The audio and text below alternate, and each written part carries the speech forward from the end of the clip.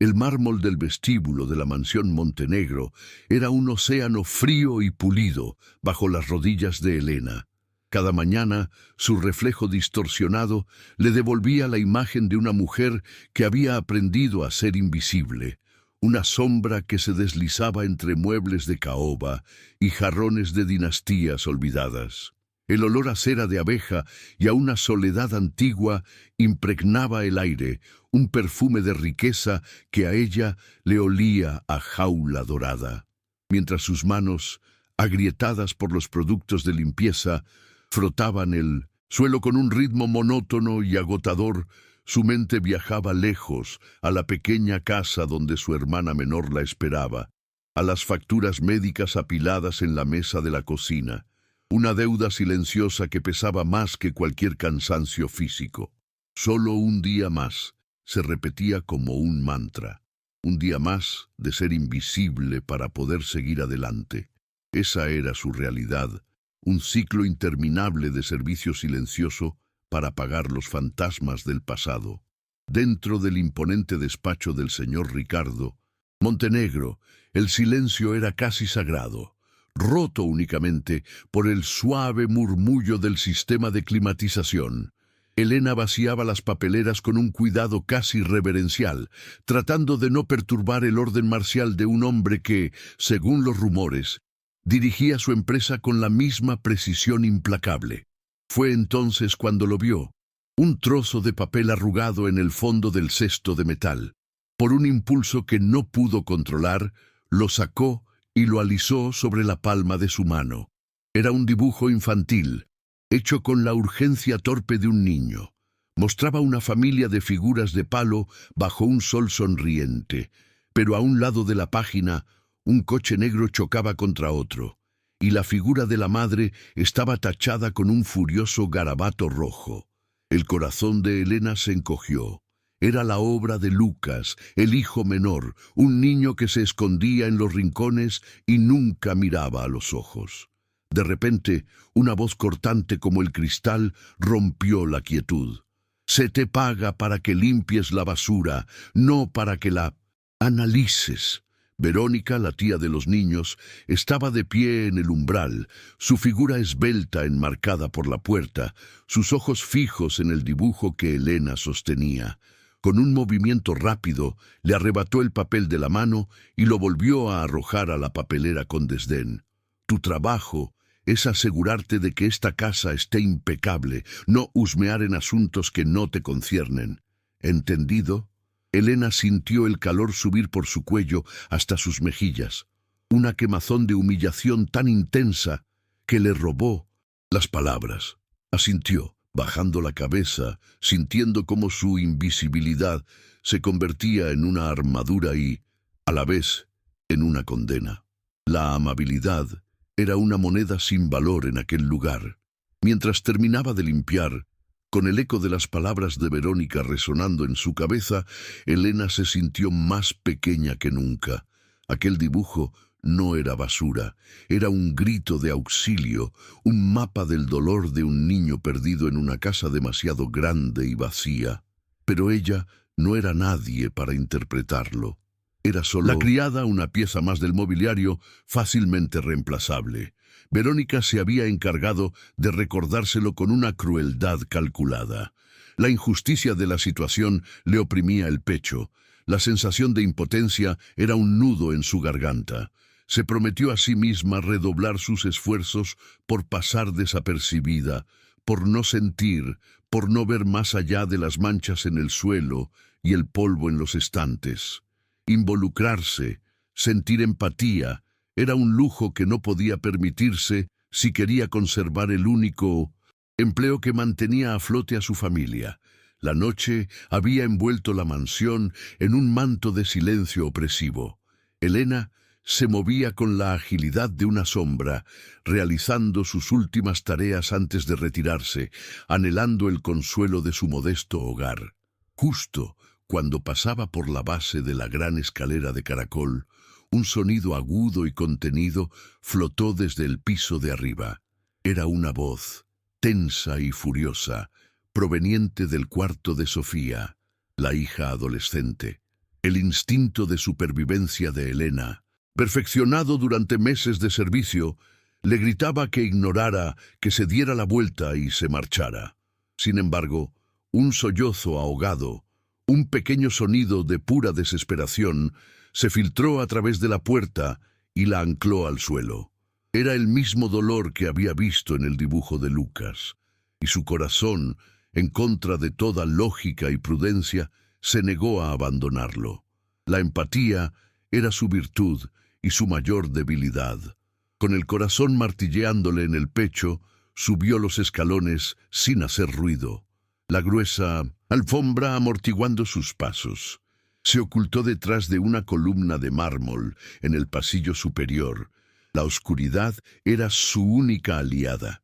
Ahora podía oír las palabras de Verónica con una claridad aterradora.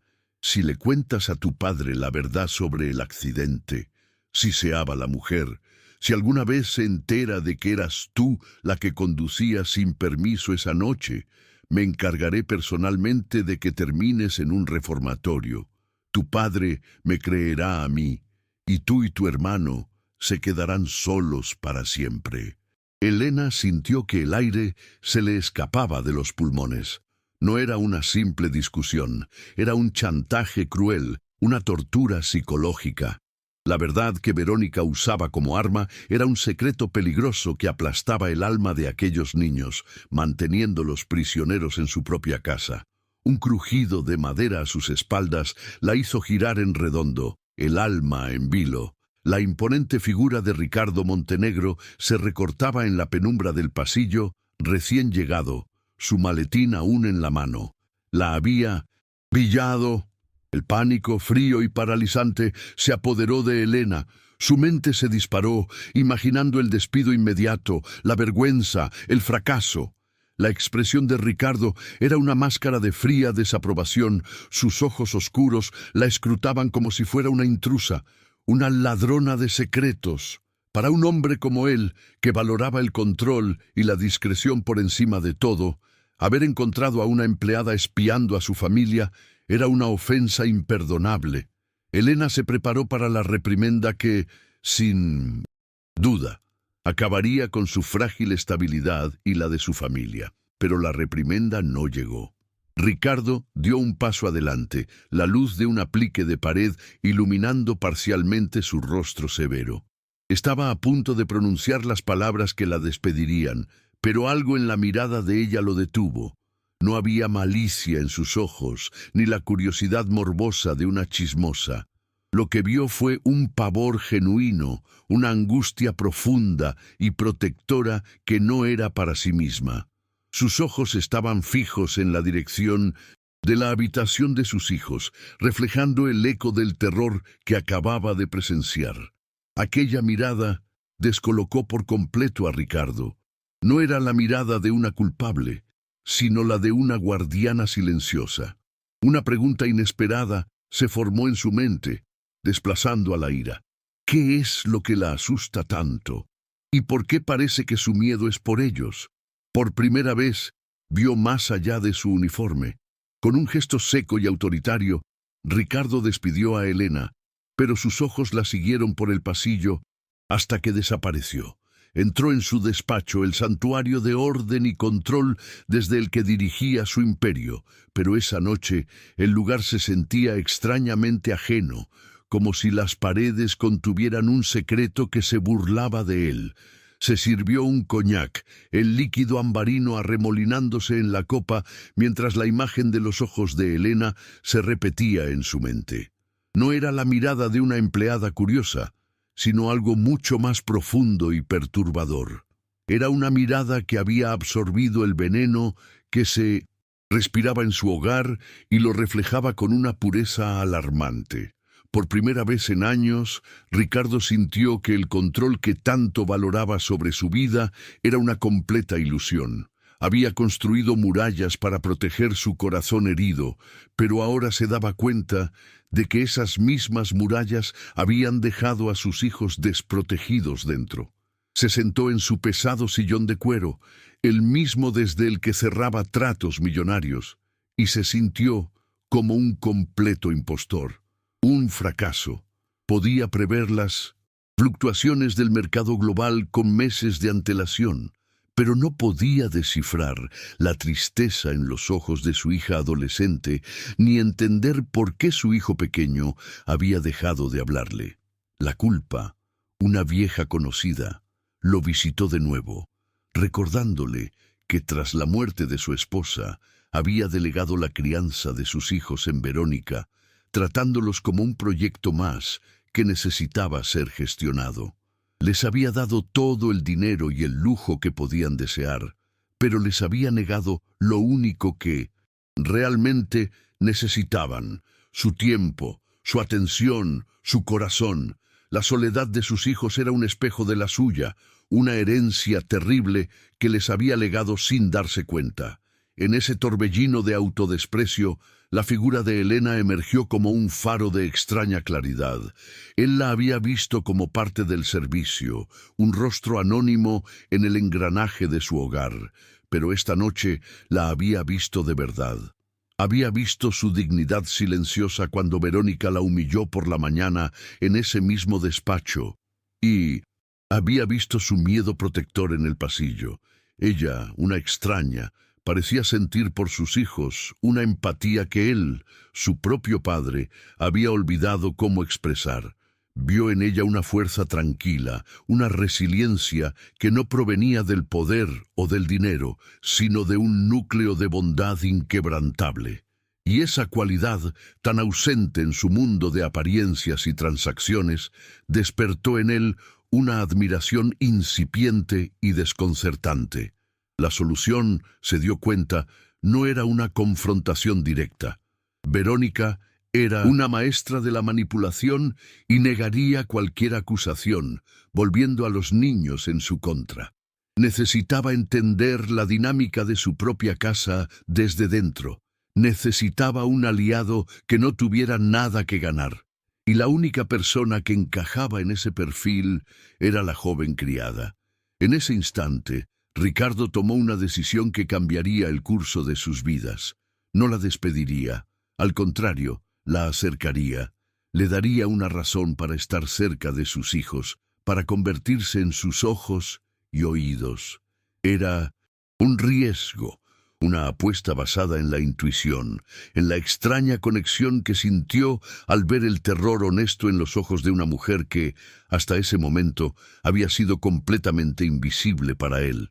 Por primera vez, veía a Elena no como una empleada, sino como una posible salvación. Pocos días después, la tensión en la mansión Montenegro era una neblina tan densa que casi podía cortarse con un cuchillo. Ricardo había pasado las noches en vela, observando las grabaciones de las cámaras de seguridad que había instalado discretamente, su mandíbula apretándose con cada palabra manipuladora que Verónica susurraba a sus hijos. El desayuno era un ritual silencioso y sombrío, presidido por la falsa solicitud de Verónica y la apatía de los niños. Esa mañana, sin embargo, Ricardo rompió el protocolo. Bajó a desayunar, algo que rara vez hacía en un día de semana, y su presencia imponente alteró de inmediato el frágil equilibrio de la casa. Verónica lo miró con sorpresa. Una pregunta no formulada en sus labios, pero él no le prestó atención. Sus ojos buscaron a Elena, que servía el café en silencio, moviéndose con su habitual eficiencia invisible. Ella sintió su mirada y un escalofrío de aprensión le recorrió la espalda. Ignorando a su cuñada, Ricardo se dirigió a Elena con un tono de voz tranquilo pero inquebrantable, un tono que usaba en sus juntas directivas para zanjar discusiones. Elena, a partir de hoy, sus responsabilidades cambiarán, anunció, y el sonido de una cucharilla de plata cayendo de la mano de Verónica fue el único que rompió el silencio. Usted se encargará personalmente de llevar y recoger a Lucas y a Sofía del colegio todos los días. Lo enmarcó como una decisión puramente práctica, una forma de liberar el valioso tiempo de Verónica para que pueda gestionar mejor la casa. Las reacciones fueron instantáneas y sísmicas. La furia brilló en los ojos de Verónica como un relámpago contenido, mientras que Sofía y Lucas intercambiaron una mirada de cautelosa sorpresa. Pero la más afectada fue Elena. Se quedó paralizada con la jarra de café en la mano, sintiendo el peso de todas las miradas sobre ella. La mente de Elena era un torbellino de confusión y miedo. ¿Por qué? ¿Por qué yo? Este mandato iba en contra de todas las reglas no escritas de la jerarquía de la mansión. Era una promoción, sí, pero también una exposición que la aterrorizaba. Significaba salir de las sombras, interactuar directamente con los niños y, lo peor de todo, enfrentarse a la inevitable hostilidad de Verónica. Una parte de ella, la parte que había aprendido a sobrevivir a base de sumisión, quería rechazar la orden, inventar una excusa, decir que no era su lugar. Buscó los ojos de Ricardo, esperando encontrar una trampa, una prueba imposible, pero en su lugar encontró una mirada firme y serena. No era una petición, era una orden, pero bajo la superficie de su autoridad, ella percibió algo más. Una extraña y tácita petición de ayuda, una confianza que no merecía, pero que él le estaba otorgando de todos modos. Verónica, recuperándose del shock inicial, intentó interponerse. «Ricardo, querido, no creo que sea apropiado», comenzó con una voz melosa que goteaba veneno. «Elena es una buena chica, pero esta es una gran responsabilidad». Ricardo la silenció con una sola mirada, un gesto tan cortante que las palabras murieron en la garganta de Verónica. El cambio en la dinámica de poder fue instantáneo y brutal. Más tarde, mientras Elena ayudaba a un silencioso Lucas a ponerse el abrigo, sintió el peso de su nueva misión. Ya no era solo la mujer que limpiaba sus huellas, sino la persona encargada de su seguridad fuera de los muros de la mansión. Este primer gesto de Ricardo no fue una caricia, sino el movimiento de una pieza de ajedrez en un tablero peligroso. La había colocado en el centro del conflicto, pero al hacerlo, también le había dado la oportunidad de convertirse en la protectora que su corazón anhelaba ser. Las primeras semanas fueron un ejercicio de silencios incómodos. Elena conducía el lujoso sedán con las manos aferradas al volante, hiperconsciente de los dos pequeños pasajeros en el asiento trasero. Sofía se refugiaba tras la pantalla de su teléfono, un escudo digital contra el mundo, mientras Lucas observaba el paisaje pasar como si fuera una película sin sonido. Elena intentó iniciar conversaciones triviales sobre el colegio o la música, pero solo recibió respuestas monosilábicas. En lugar de insistir, optó por otra táctica. Creó una lista de reproducción con música instrumental suave, llenando el coche con melodías que hablaban cuando ellos no podían. No los presionó, no los interrogó, simplemente les ofreció un espacio de paz, un santuario rodante de 30 minutos cada mañana y cada tarde, lejos de la atmósfera asfixiante de la mansión.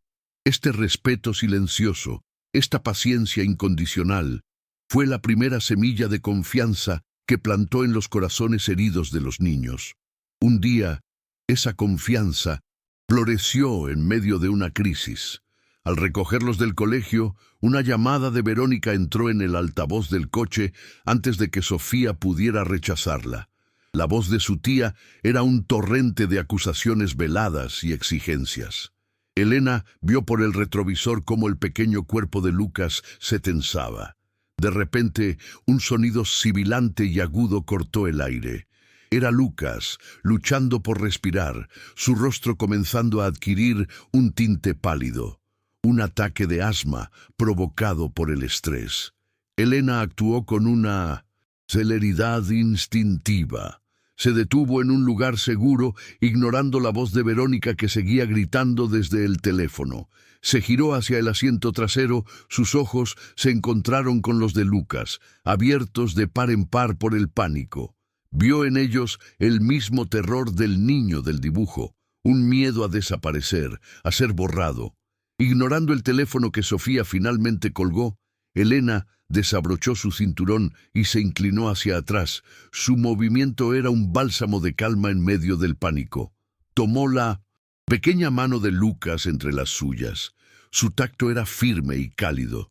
«Mírame, Lucas», dijo con una voz suave pero segura, que contrastaba con la respiración entrecortada del niño. «Vamos a inflar un globo juntos, un globo enorme, de tu color favorito. Toma aire por la nariz, despacio, y ahora suéltalo muy, muy despacio por la boca, como si no quisieras que el globo se vuele». Repitió las instrucciones una y otra vez. Su voz era un ancla en la tormenta del ataque. Poco a poco, la respiración de Mindoresin. Lucas comenzó a estabilizarse. Sus hombros se relajaron. A kilómetros de distancia, en su oficina, Ricardo observaba toda la escena en la pantalla de su móvil a través de una cámara oculta, con el corazón en un puño y las lágrimas nublando su vista. Esa noche, Ricardo la esperó en su despacho. La atmósfera ya no era la de un jefe y una empleada, sino la de dos personas compartiendo una preocupación profunda. «¿Cómo lo supiste?», preguntó él, su voz despojada de su habitual autoridad. «Nadie ha podido calmarlo así». Elena, con una humildad genuina, le habló de su abuela, de cómo la cuidó durante sus propias enfermedades infantiles. Y entonces ocurrió algo extraordinario. La máscara de Ricardo Montenegro, el CEO implacable, se resquebrajó. «Siento que me estoy ahogando, Elena», confesó, su voz apenas un susurro cargado de dolor. «Siento que cuanto más intento acercarme a ellos, más los alejo. Los he perdido». En esa confesión, en esa rendición de su poder, Elena vio al hombre real, padre viudo y solitario, aterrorizado por su propio fracaso. Y por primera vez él la vio a ella no como una solución a un problema, sino como la única persona con la que podía compartir la verdad de su desesperación. La atmósfera en la mansión Montenegro había comenzado a cambiar, un deshielo lento pero perceptible. Las risas ahogadas de Lucas resonaban a veces en el coche. Sofía había empezado a quitarse los auriculares para hablar con Elena sobre sus clases, y Ricardo buscaba su opinión con una frecuencia que iba más allá de la mera cortesía. Pequeños milagros cotidianos que Verónica observaba desde la distancia con un veneno que se acumulaba en su interior. Se estaba volviendo irrelevante. La influencia que había cultivado con tanto esmero a través del miedo y la manipulación se desvanecía ante la simple y honesta bondad de una criada. Veía cómo Ricardo miraba a Elena no como a una empleada, sino como a una confidente, como a una igual. Y en esa mirada, Verónica no solo vio el final de su control sobre los niños, sino la amenaza directa a su posición, a su futuro y al acceso a la fortuna Montenegro que codiciaba. La guerra silenciosa había terminado. Era hora de una ofensiva total. Una tarde, mientras la casa estaba en calma, Verónica ejecutó su plan. Se deslizó en la habitación de la difunta esposa de Ricardo, un santuario de seda y recuerdos que rara vez se abría. El aire aún conservaba un rastro de su perfume. Con dedos firmes y sin una pizca de emoción, abrió el joyero de terciopelo. De entre todas las piezas, escogió la más icónica, un collar de diamantes, una cascada de luz y fuego que había pertenecido a la abuela de Ricardo, una joya de valor incalculable y profundo significado familiar. A continuación, se dirigió a las dependencias del servicio, al modesto y pulcro cuarto de Elena. Con una mueca de desprecio, escondió el deslumbrante collar en el fondo de un cajón, entre los jerseys de lana cuidadosamente doblados y las pocas fotografías de la familia de Elena. La obscena contradicción, la joya multimillonaria anidada en la pobreza honesta, era la trampa perfecta.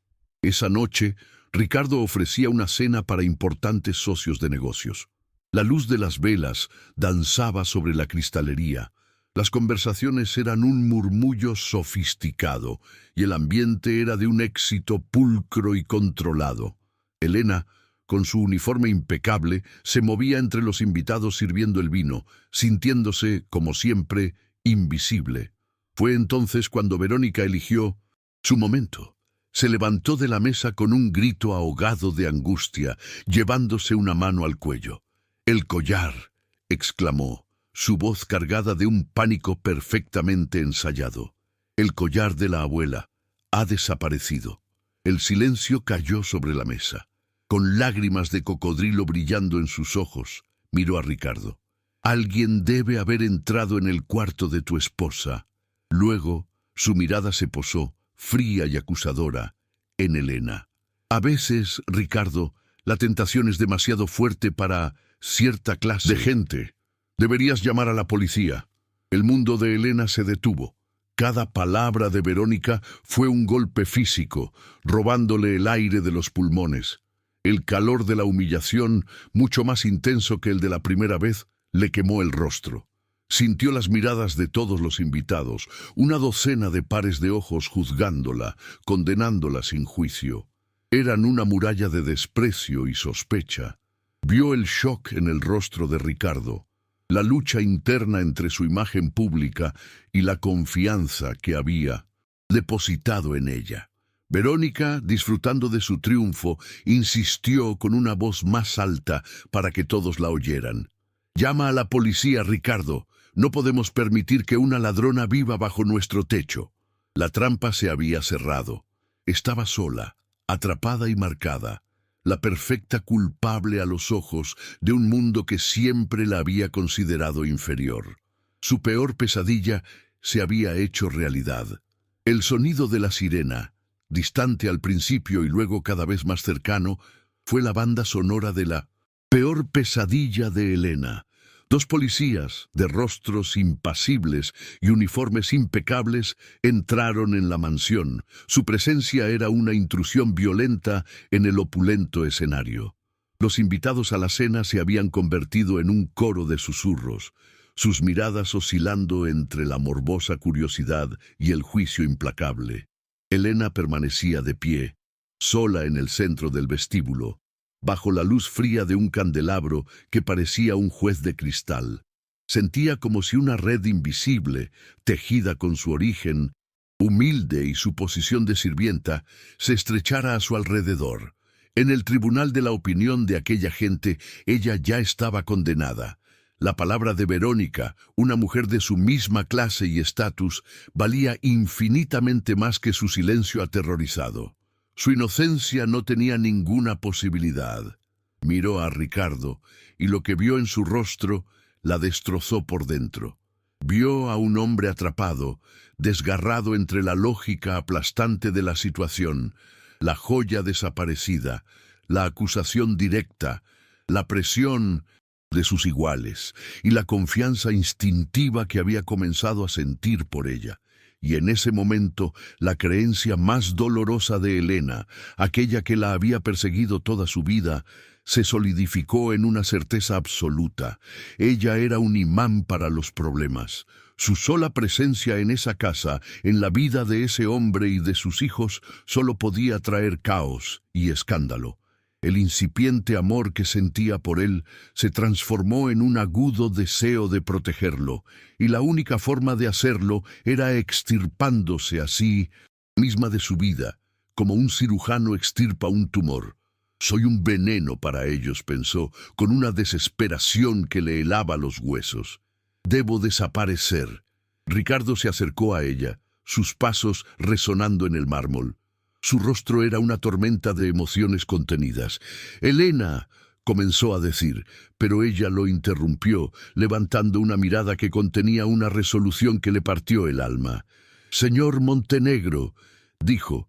Su voz temblaba pero era firme, volviendo a la formalidad para crear un abismo entre ellos. «Por favor, haga lo que debe hacer. No deje que esta situación manche su reputación ni perjudique a su familia.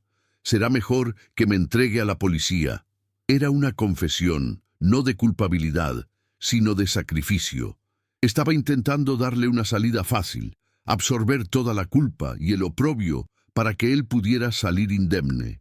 Estaba dispuesta a ir a la cárcel, a perderlo todo, para salvar al hombre que había empezado a amar del desastre que ella creía representar. Las palabras de Elena golpearon a Ricardo con la fuerza de una revelación. En su voz no escuchó la admisión de una ladrona, sino el eco de un sacrificio devastador, el acto de amor más puro y desinteresado que jamás había presenciado. Comprendió en un instante que ella estaba dispuesta a inmolarse para proteger su honor, un honor que él mismo había descuidado al permitir que la oscuridad anidara en su hogar. La última sombra de duda se desvaneció, reemplazada por una claridad furiosa y protectora. Su mirada pasó del rostro de Elena, bañado en una noble desesperación, al de Verónica, que observaba la escena con un brillo de malicia triunfante. La elección, que momentos antes parecía tan compleja, se volvió insultantemente simple. Sabía exactamente lo que tenía que hacer. ¿Crees que Ricardo la defenderá arriesgando su reputación? Comenta abajo qué harías en su lugar y suscríbete para no perderte el increíble final de esta historia. El aire en el vestíbulo se había vuelto irrespirable, cargado de un suspense que anticipaba el final inevitable. Uno de los policías dio un paso protocolario hacia Elena, con la intención de comenzar el interrogatorio que la llevaría a la humillación y probablemente a la cárcel. Verónica sonreía, una curva apenas perceptible en sus labios, el sabor de la victoria ya en su paladar. Los invitados observaban, fascinados por el drama, listos para presenciar la caída de la criada insignificante. Pero justo cuando el oficial iba a hablar, Ricardo levantó una mano. No fue un gesto brusco, sino un movimiento lento y deliberado que, sin embargo, paralizó la escena por completo. El silencio se hizo tan profundo que se podía oír el latido de los corazones. «Esperen», dijo Ricardo. Su voz, tranquila y grave, resonó con una autoridad férrea y sus ojos, como fragmentos de acero, se clavaron directamente en Verónica. Con una calma que desmentía la furia que ardía en su interior, Ricardo caminó hasta interponerse entre Elena y los policías, convirtiendo su cuerpo en un escudo protector. El mensaje fue claro e inequívoco.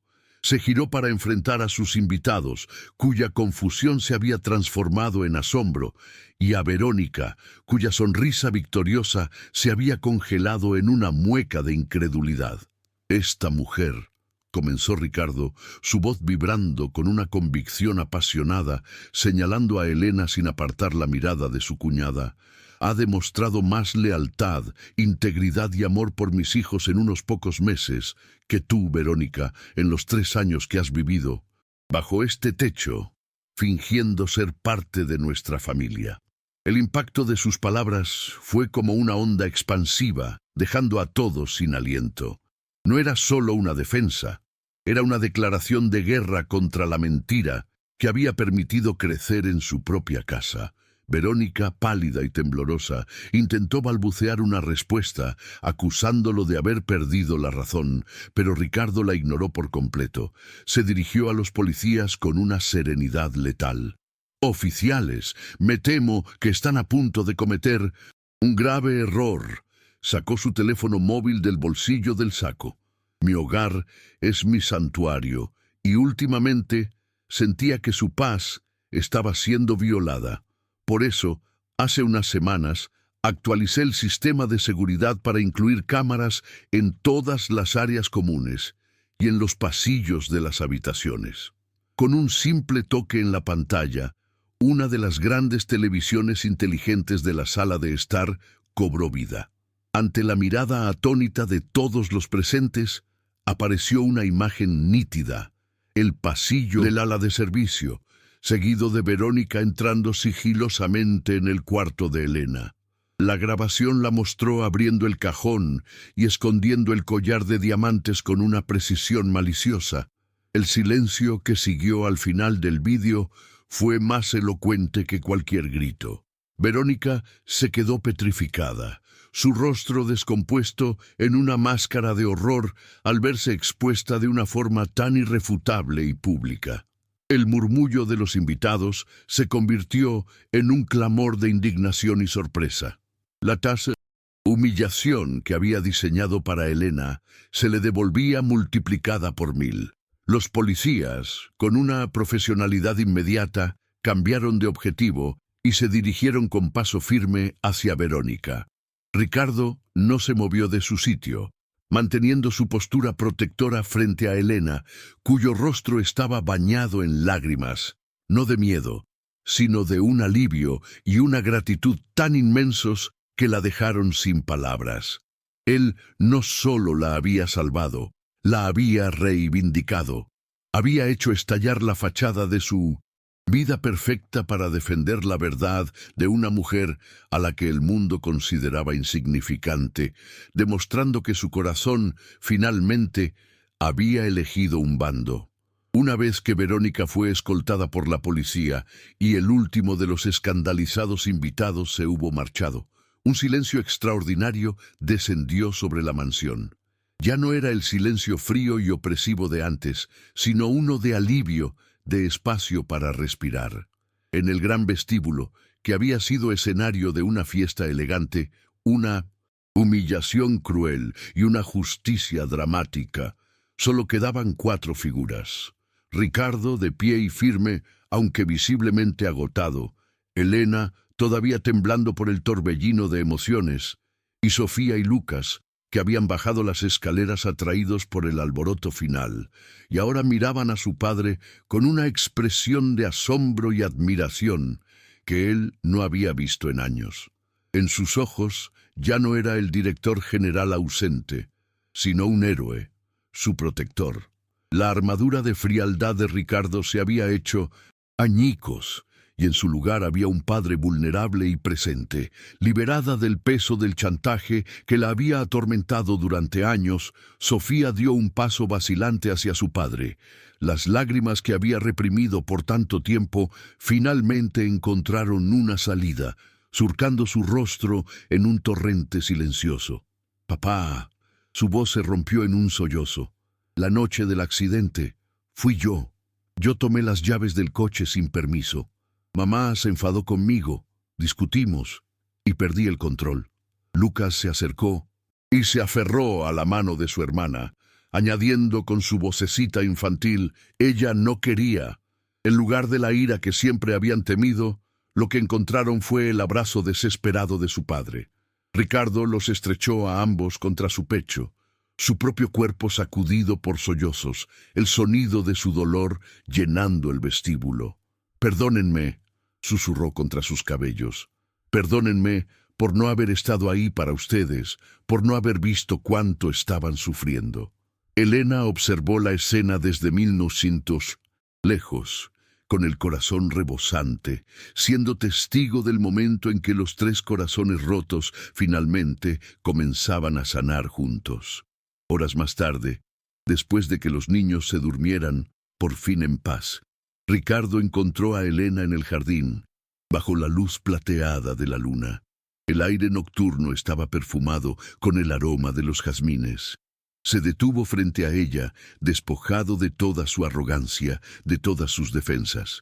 Ya no era el señor Montenegro, director general. Era solo Ricardo. Le tomó manos, su tacto era cálido y real. «Tenías razón desde el primer día, Elena», dijo, su voz ronca por la emoción. «Tú viste la verdad de esta familia a través de todas las mentiras. Viste el dolor de mis hijos cuando yo solo veía rebeldía. Y viste al hombre solitario detrás del empresario». La miró a los ojos y en su profundidad ella vio su alma desnuda. «Tú no solo salvaste a mis hijos de Verónica, me salvaste a mí de mi propia ceguera. Me salvaste de la soledad. Te amo, Elena». Las lágrimas volvieron a los ojos de Elena, pero esta vez eran lágrimas de una felicidad tan abrumadora que apenas podía respirar. Las palabras que nunca se había atrevido a soñar, las escuchaba ahora en la quietud de la noche, de los labios del hombre que había llegado a amar en secreto y con desesperación. Sus propios sentimientos, enterrados bajo capas de deber, miedo e inseguridad, florecieron en una respuesta que brotó desde lo más profundo de su ser.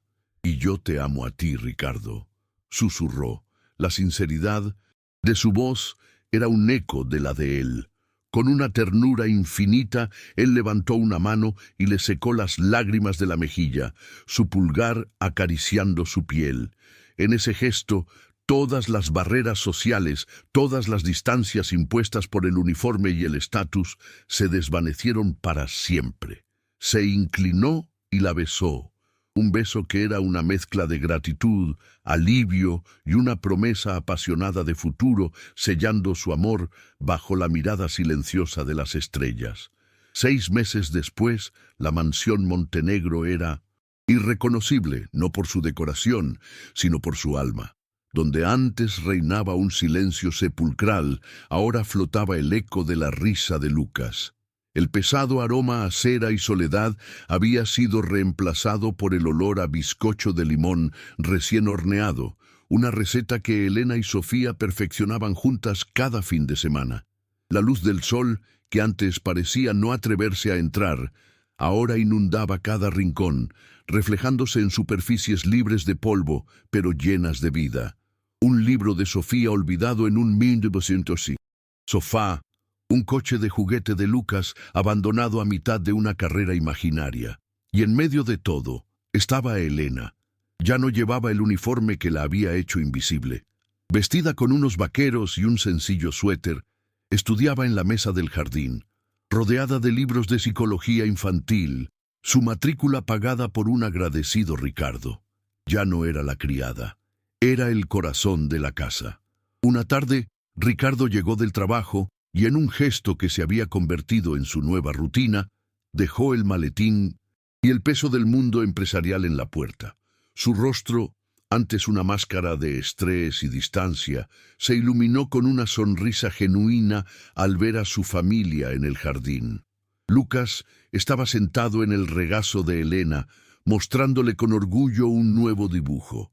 Esta vez la hoja no estaba arrugada ni escondida, mostraba a 4 figuras de palo, un hombre alto, una mujer, una adolescente y un niño, tomados de la mano bajo un sol radiante y sonriente. No había coches chocando ni figuras tachadas. Ricardo se acercó, besó la coronilla de su hijo y le dio un tierno beso a Elena. Sofía, que leía cerca, levantó la vista y bromeó con su padre. Era una escena de una felicidad doméstica tan simple y a la vez tan profunda que parecía un sueño, la recompensa a todo el dolor que habían superado. Mientras el atardecer teñía el cielo de tonos dorados y púrpuras, Ricardo le pidió a Elena que diera un paseo con él por la Rosaleda.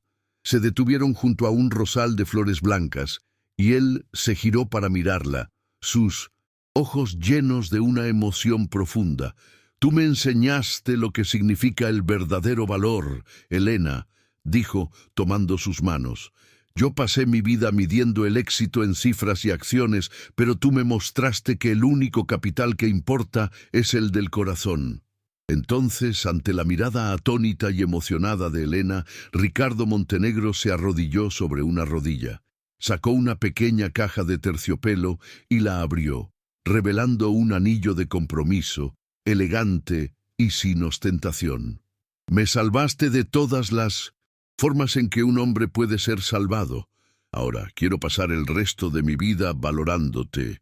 Elena, ¿te casarías conmigo?» Las lágrimas de felicidad corrieron por las mejillas de Elena mientras asentía, incapaz de hablar. «Sí», susurró finalmente. «Sí, quiero». Ricardo deslizó el anillo en su dedo, un símbolo perfecto de su nuevo comienzo, y la besó con toda la pasión y la ternura de su alma sanada.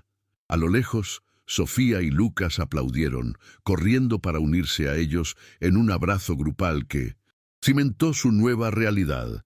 Eran una familia, completa y fuerte. En un mundo que a menudo juzga por las apariencias, la historia de Elena y Ricardo nos recuerda que la verdadera nobleza no reside en la cuna, sino en el corazón. Una mujer, considerada invisible por la sociedad, se convirtió en el faro que guió a una familia fuera de la oscuridad, demostrando que el amor es la única fuerza capaz de reconstruir las ruinas y edificar un verdadero hogar. Si esta historia ha tocado tu corazón, suscríbete al canal y activa las notificaciones para no perderte ninguna de nuestras próximas narraciones.